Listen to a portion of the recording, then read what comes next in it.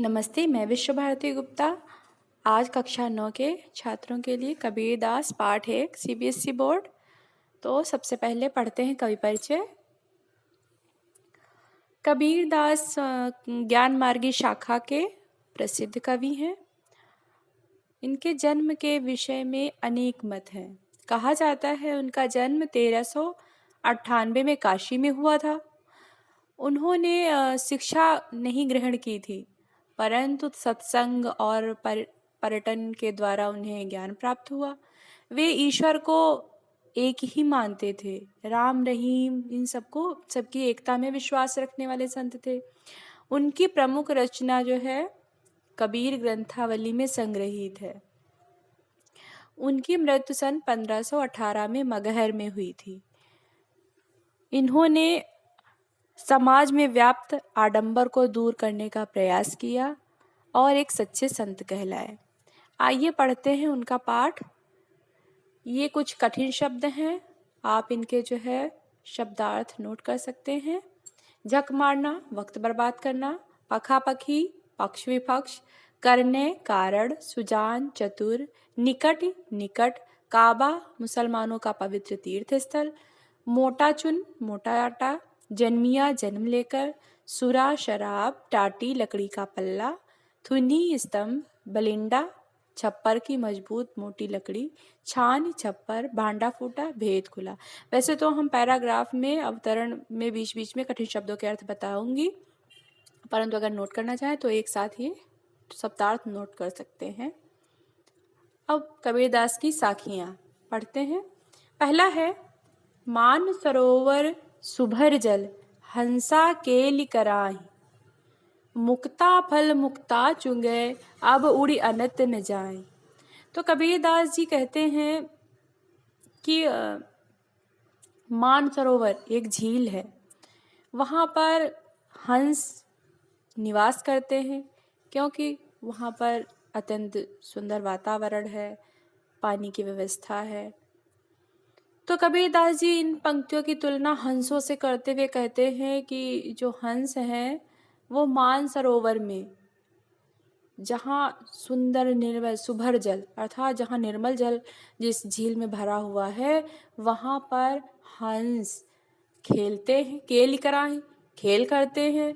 मुक्ता फल मुक्ता चुंगे। अब देखो मुक्ता मुक्ता दो बार आया हुआ है, एक मुक्ता मीन्स होता है यहाँ पर हंस, और मुक्ता फल मोती। तो मोती जो है वो कौन, हंस चुंग रहे हैं और उन्हें इतना वहाँ आराम है, वहाँ इतना अच्छा लगता है कि वे दूसरी जगह उड़ करके नहीं जाना चाहते, उस स्थान को छोड़ना नहीं चाहते। उसी तरह से कबीरदास जी कहते हैं कि मनुष्य भी जीवन के माया जाल में बंध जाता है, इस संसार के आकर्षण में फंस जाता है और इसे ही सच्चाई समझने लगता है। देखिए इसमें जो इन्होंने जो भाषा का प्रयोग किया गया है, तो कबीरदास की भाषा जो है वो सदुक्कड़ी भाषा है। दूसरा है प्रेमी ढूंढत मैं फिरूं, प्रेमी मिले न कोय, प्रेमी को प्रेमी मिले सब विषय अमृत होए। तो कबीरदास जी प्रेमी किसको बताते हैं, ईश्वर को, और कबीरदास जी ईश्वर से प्रेम करते हैं। तो कबीरदास जी कहते हैं कि प्रेमी यानी ईश्वर को ढूंढना, ईश्वर को प्राप्त करना आसान नहीं है, अत्यंत मुश्किल है। फिर भी वे उसे जो है ढूंढ रहे हैं, परंतु उन्हें कहीं दिखाई नहीं दे रहा है ईश्वर। फिर प्रेमी को प्रेमी मिले, लेकिन जो ईश्वर से प्रेम करते हैं, जो ईश्वर से सच्चा प्रेम रखते हैं, उनको ईश्वर एक दिन अवश्य प्राप्त होते हैं। तो कबीरदास जी कहते हैं कि प्रेमी को प्रेमी मिले। जब प्रेम रूपी ईश्वर हमें मिल गया तो सब विषय अमृत होए। तो हमारे अंदर जो भी कड़वाहट थी, जो भी अज्ञानता थी, जो भी विष था, कष्ट था, वह सब जो है सुख में बदल गया।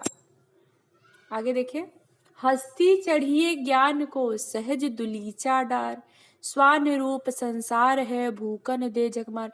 तो इसमें कबीरदास जी जो है हस्ती मतलब हाथी, तो ज्ञान रूपी हाथी की सवारी करनी चाहिए, अर्थात मनुष्य को जो है सच्चा ज्ञान प्राप्त करना चाहिए।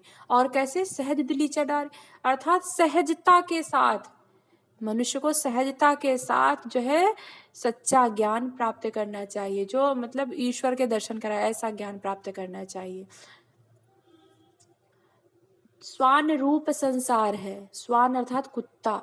तो इस संसार को उन्होंने कुत्ते जैसा बताया है कि यह संसार जो है जो है अनेक तरह की बातें करता है, तो उसे जो है भोगते रहने देना चाहिए। संसार को जो संसार कहता है उसे कहते रहना चाहिए, कहते देना चाहिए, और जो कार्य हमने निश्चित कर लिया है उससे उसमें जो है आगे बढ़ते रहना चाहिए।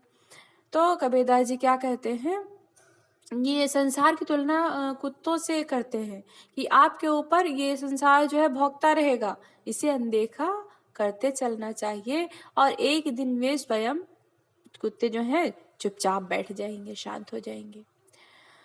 पखा पखी के कारणे सब जग रहा भुलान। पखा पखी अर्थात जो है अपना है, पराया है, इस तरह से लोग जो है संसार में करते हैं। ये सब जग रहा भुलान, सारा जग आपस में लड़ाई झगड़ा करता है, ये हमारा है, ये तुम्हारा है, इस तरह से करता रहता है। और भुलान अर्थात भूल गया किसको, जो एकमात्र सत्ता ईश्वर की है उसे वह भूल गया। निरपक होय के हरि भजय, सोई संत सुजान। तो कबीरदास जी कहते हैं कि सच्चा संत वही है जो निष्पक्ष होकर के, अर्थात अपना पराया नहीं करता, संसार से जो है उसे मतलब नहीं होता है, निष्पक्ष होकर के प्रभु भजन में लगा रहता है, वही सच्चे अर्थों में मनुष्य है। अब इसमें देखिए कबीरदास ने सदुक्कड़ी भाषा का प्रयोग किया है, उनकी भाषा जो है सदुक्कड़ी है। हिंदू मुआ राम कही मुसलमान खुदाए। अब देखिए यहाँ पर जो है हिंदू मुसलमान सब धर्म है और अपने अपने अनुसार ईश्वर का जो है भजन पूजन करते हैं, लेकिन कबीरदास जी कहते हैं कि हिंदू जो वो राम राम का भजन करता है और मुसलमान जो है वो खुदा खुदा कह के मर जाते हैं। ईश्वर का तो एक ही रूप है, उन्हें कुछ भी हासिल नहीं होता है। तो उन्होंने कहा जब तक हमारा मन सच्चा नहीं होता, जब तक हमारे अंदर ईश्वर के प्रति प्रेम नहीं होता, तब तक चाहे जितना हम ईश्वर का नाम ले, कोई कुछ भी हासिल ईश्वर हमें प्राप्त नहीं होता है। तो आगे कहते हैं कहे कबीर सो जीविता दुहु के निकट न जाए। तो कबीरदास जी कहते हैं जो भेदभाव नहीं समझता है राम और रहीम में, ईश्वर को एक ही समझता है, वही जीवित के समान है। जो इन दोनों बातों से अपने को अलग रहता है, अर्थात भेदभाव नहीं करता है। काबा फिर काशी भया राम ही भया रहीम, मोट चून मैदा भया बैठी कबीरा जीम। तो कबीरदास जी कहते हैं काबा फिर काशी भया, कि चाहे आप काबा जाएं या काशी जाएं, राम भजें या रहीम भजें, दोनों एक है, क्योंकि दोनों को एक ही ईश्वर बताया है कबीरदास जी ने, दोनों में भेदभाव नहीं किया है। किस प्रकार से, उसका एक उदाहरण भी देते हैं कि मोट चून। अब देखो मोट चून मतलब क्या हुआ, आटा, मैदा भया। अब आटे को थोड़ा मोटा पीसा जाए गेहूं तो वो आटा बन जाता है, और आटे को और महीन पीस दिया जाए तो वो मैदा बन जाता है। तो दोनों खाने के काम में आते हैं, इसलिए दोनों ही अर्थों में आप प्रभु के दर्शन करेंगे।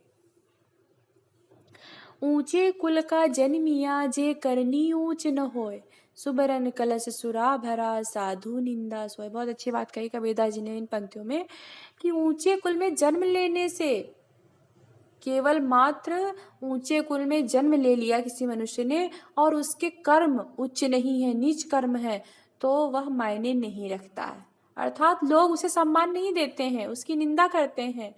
जिस प्रकार से सुबरन कलश सुरा भरा साधु निंदा सोए, सुबरन अर्थात सोने का कलश घड़ा अगर शराब से भरा है तो वो शराब ही कहलाएगी, अमृत नहीं कहलाएगा, लोग उसकी निंदा ही करेंगे। उसी प्रकार से ऊंचे कुल में जन्म लेने मात्र से ही कोई ऊंचा नहीं हो जाता, कोई सम्मान का पात्र नहीं हो जाता जब तक वो अच्छे कर्म नहीं करता है। तो कर्म अच्छे करने चाहिए, चाहे कुल कैसा भी हो। अब देखिए ये तो साखी रही, अब शब्द पढ़ते हैं। मोको कहाँ ढूंढे बंदे मैं तो तेरे पास में।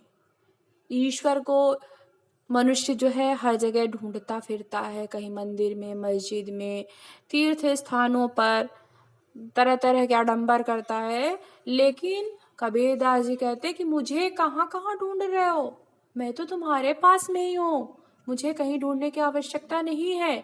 ना मैं देवल, ना मैं मस्जिद, ना काबे कैलाश में, ना तो मैं देवालय में अर्थात मंदिर में हूँ, ना मस्जिद में हूँ, ना काबा और कैलाश में हूँ, मैं तो तुम्हारे पास में हूँ।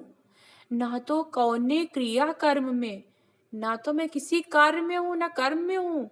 जो क्रिया कर्म करते हैं अर्थात जो आडंबर करते हैं, पूजा पाठ तंत्र मंत्र ये सब करते हैं, इसमें मैं नहीं हूँ। नहीं योग वैराग्य में योगी वैरागी ये सब बन जाते हैं, तो इनमें भी मैं नहीं हूँ। खोजी होए तो तुरते मिलिए, अगर तुम सच्चे मन से हमें खोजते हो, खोजी हो अर्थात खोजते हो सच्चे मन से। कैसे खोजते हो? ईश्वर के प्रति अगर सच्चा प्रेम है तो ईश्वर तुम्हें पल भर की तलाश में अर्थात तुरंत प्राप्त हो जाएगा। तुरंत तलाशने से ईश्वर प्राप्त हो जाएगा, परंतु ईश्वर के प्रति अगर मन में सच्चा प्रेम है। कहे कबीर सुनो भाई साधो, सब श्वासों की श्वास में।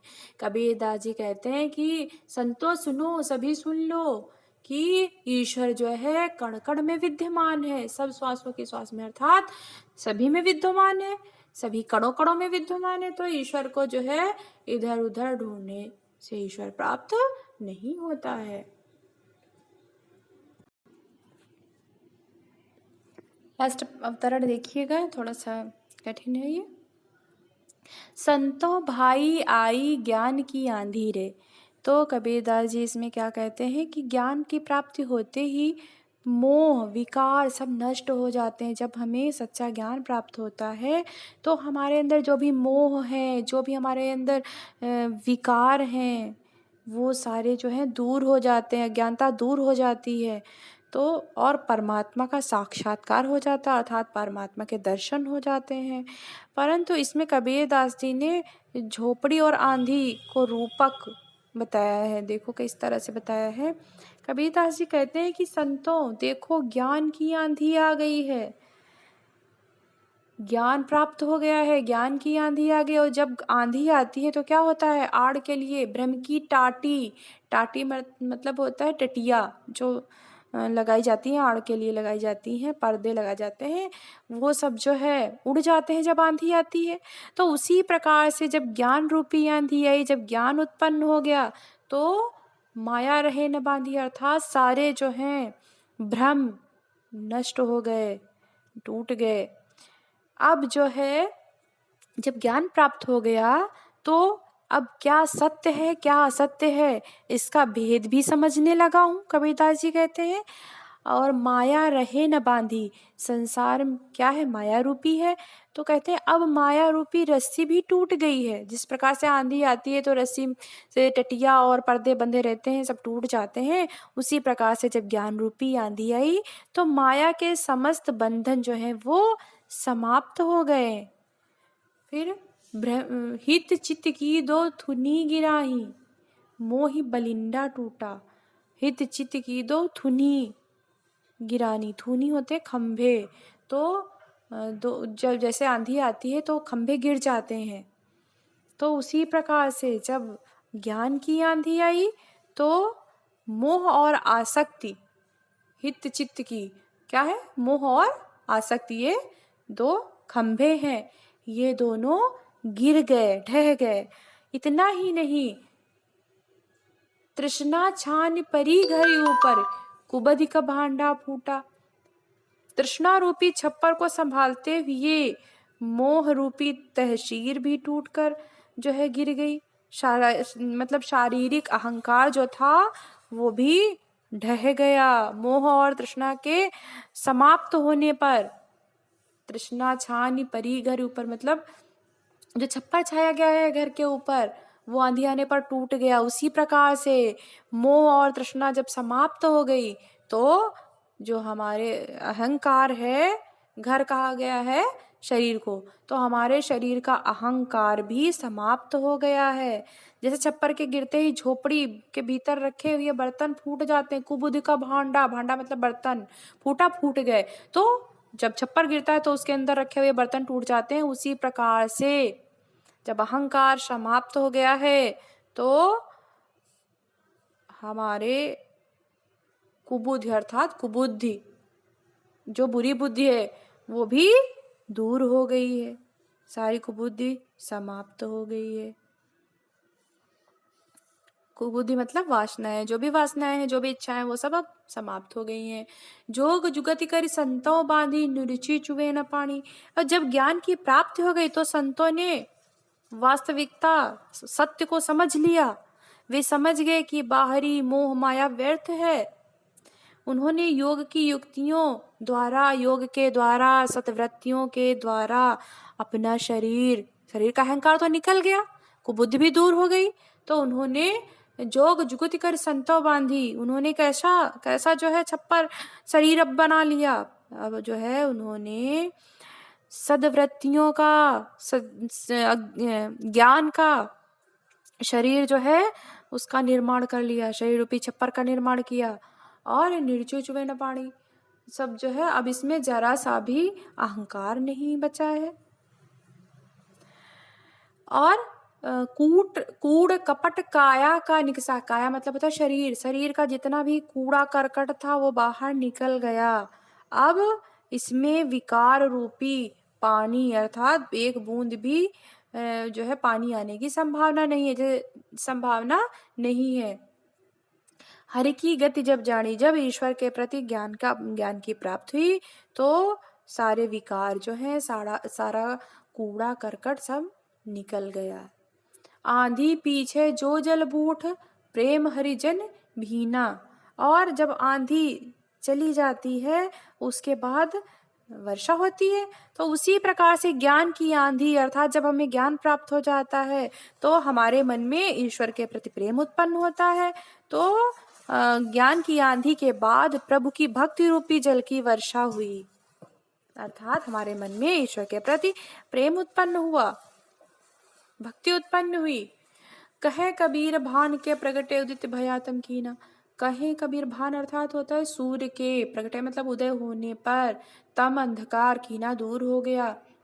तो जिस प्रकार से सूर्य के उदय होने पर, जब वर्षा समाप्त हो जाती है तो सूर्य उदय होता है और समस्त अंधकार दूर हो जाता है, उसी प्रकार से जब हम भक्तजन ईश्वर के प्रेम में भीग गए तो कबीरदास जी कहते हैं कि जल वर्षा के पश्चात, अर्थात ईश्वर के प्रेम की वर्षा होने के पश्चात क्या हुआ, भान प्रगटा। कैसा भान? ज्ञान रूपी सूर्य का उदय हुआ और अज्ञान अर्थात अंधकार समाप्त हो गया। तो जब सूर्य निकलता है तो अंधकार समाप्त हो जाता है, उसी प्रकार से जब ज्ञान प्राप्त हुआ तो अज्ञानता समाप्त हो गई। अब देखिए इसमें हम थोड़ा सा बता दे रहे हैं, जो है जो हमने अभी पढ़ाया पाठ, इसमें क्या बताया गया है कि इसमें कबीरदास के अनुसार ज्ञान और भक्ति दोनों साधना के फल हैं। दोनों जो है ज्ञान और भक्ति दोनों बताई हैं इन्होंने, और उन्होंने भक्ति एवं ज्ञान को अधिक महत्व दिया है। और इनकी भाषा कैसी है? पंचमेल खिचड़ी है, रूपक अलंकार भी कह सकते हैं, रस है इसमें, शांत रस है। तो इस प्रकार से इसकी व्याख्या हुई।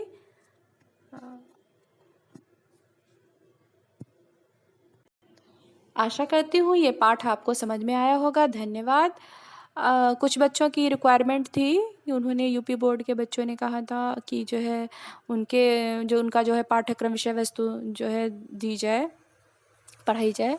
तो आगे आने वाली वीडियो में हम यूपी बोर्ड और एसएससी बोर्ड वाले बच्चों के लिए भी पाठ्यक्रम हम उपलब्ध कराएंगे, और सीबीएसई बोर्ड वाले बच्चों के अगले जो है पाठ इसी में जो है वीडियो देखें, सब्सक्राइब करें और शेयर करें। Thank you so much.